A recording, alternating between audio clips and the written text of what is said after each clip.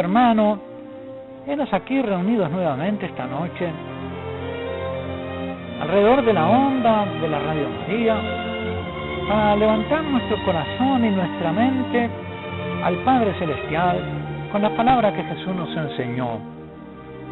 Quiero invitarte a orar al Padre esta noche, a hablarle al Padre, a manifestarle al Padre el corazón, el deseo de nuestro corazón de hijos, con la palabra que Jesús nos enseñó: Padre, venga a tu reino. Querido, más que una petición, es el deseo que prorrumpe del corazón de los hijos. Este, podríamos decir, es el único gran deseo del corazón filial, del corazón de Jesús y del todo aquel que vive como discípulo de Jesús.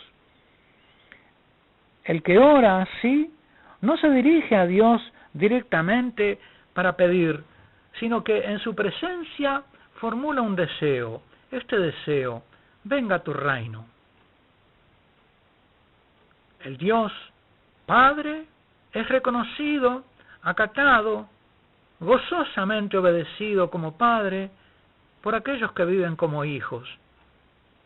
Si el nombre del Padre es santificado, reconocido como Padre, glorificado como Padre, si se muestra santo en la vida de sus hijos, por el mismo hecho se instaura el reino de los hijos, o sea, el reinado del Padre sobre los hombres filiales, sobre aquellos que lo reconocen como tal y viven acatando su voluntad, tratando de complacerlo en todo y evitando disgustarlo en lo más mínimo.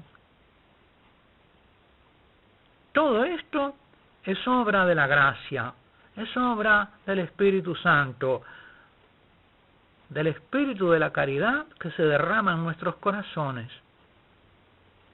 Es, por lo tanto, algo que el hombre no puede hacer por sí mismo, sino que debe desear y pedir, y por eso nos enseña Jesús a pedirlo y desearlo en la oración del Padre Nuestro. Este deseo, venga a tu reino, es como una prolongación y como una consecuencia de la petición anterior: santificado sea tu nombre, o santifica tu nombre. Brota esta petición, venga a tu reino, de la misma intención filial de que se tribute al Padre toda la gloria y el honor, el reconocimiento de su condición paterna, por la que Él es la fuente amorosa del ser y de la existencia. Pero el deseo, venga a tu reino, es interpretado a su vez por el deseo siguiente: hágase tu voluntad. Los tres grandes deseos van, por lo tanto, eslabonados uno con el otro y se explican el uno al otro. Santificado sea tu nombre, venga a tu reino, hágase tu voluntad. Jesús no da explicaciones acerca de lo que significa el reino de Dios, cuyo advenimiento Él anuncia. Convertíos y creed en el Evangelio, porque el reino de Dios ya llegó. Jesús no se explaya en definiciones. El que tiene corazón filial entiende de qué se trata. El que no tiene corazón de hijo no entenderá de qué se trata por más explicaciones que se le den. Por ejemplo, los que hablan de construir el reino de Dios demuestran no haber entendido bien, porque el reino del Padre se pide, no se construye. Es un don del Padre, que de ninguna manera pueden construir los hombres. Aspirar a construir el reino de Dios es que equivaldría a aspirar a hacerse padres de sí mismos, superhombres, ciudadanos de una nueva Babel soberbia que quiere construir una torre que llegue al cielo. Al reino de los hijos se ingresa por generación, por divina regeneración. Nadie, sensatamente, pretenderá engendrarse a sí mismo. Solamente puede pretenderlo alguien que fuera miembro de la raza de víboras, a la que se refiere Jesús en el Evangelio, la generación perversa, los hijos de la serpiente, que se sientan en el trono de Dios y pretenden hacerse adorar. Al reino de los hijos se entra por generación divina, una generación deseada, consentida, asumida libremente. Se accede como a una nueva justicia que excede a todas las justicias anteriores y que puedan practicar los hombres. Excede incluso a la justicia de los escribas y fariseos, que era la más perfecta que ha conocido la humanidad hasta la llegada de Jesús. Si vuestra justicia, es decir, la nueva justicia filial, no es mayor que la de los escribas y fariseos, no entraréis en el reino de los cielos, dice Jesús. Es decir, ¿qué es este reino de los cielos donde no se entrará? Es, en otras palabras, el reino de los hijos. Dicho en otras palabras, no entrar en el reino de los cielos es quedarse afuera de la condición filial. El reino del Padre es la condición filial de los hijos. Esto tenemos que comprenderlo, queridos hermanos. Por eso vuelvo a decirlo, vuelvo a repetirlo. El reino del Padre no es otra cosa que la condición filial de los hijos. Si hay hijos de Dios, hay reino del Padre. Si no hay hijos de Dios, no hay reino del Padre.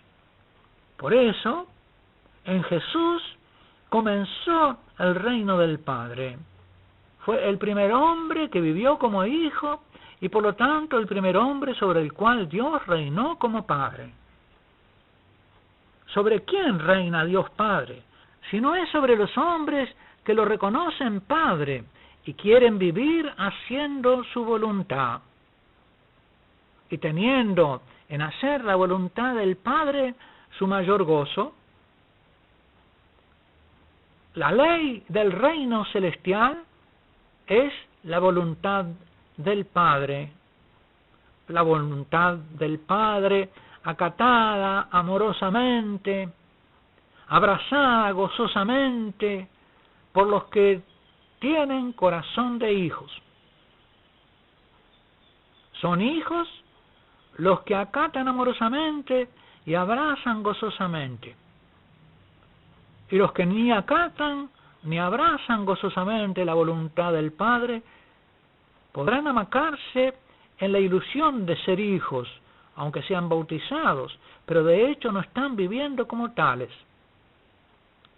Por eso, el reino de Dios, este reino que pedimos en el Padre Nuestro, venga tu reino, el reino de Dios entre vosotros está, es decir, entre los hijos está, en corazones como el de Jesús.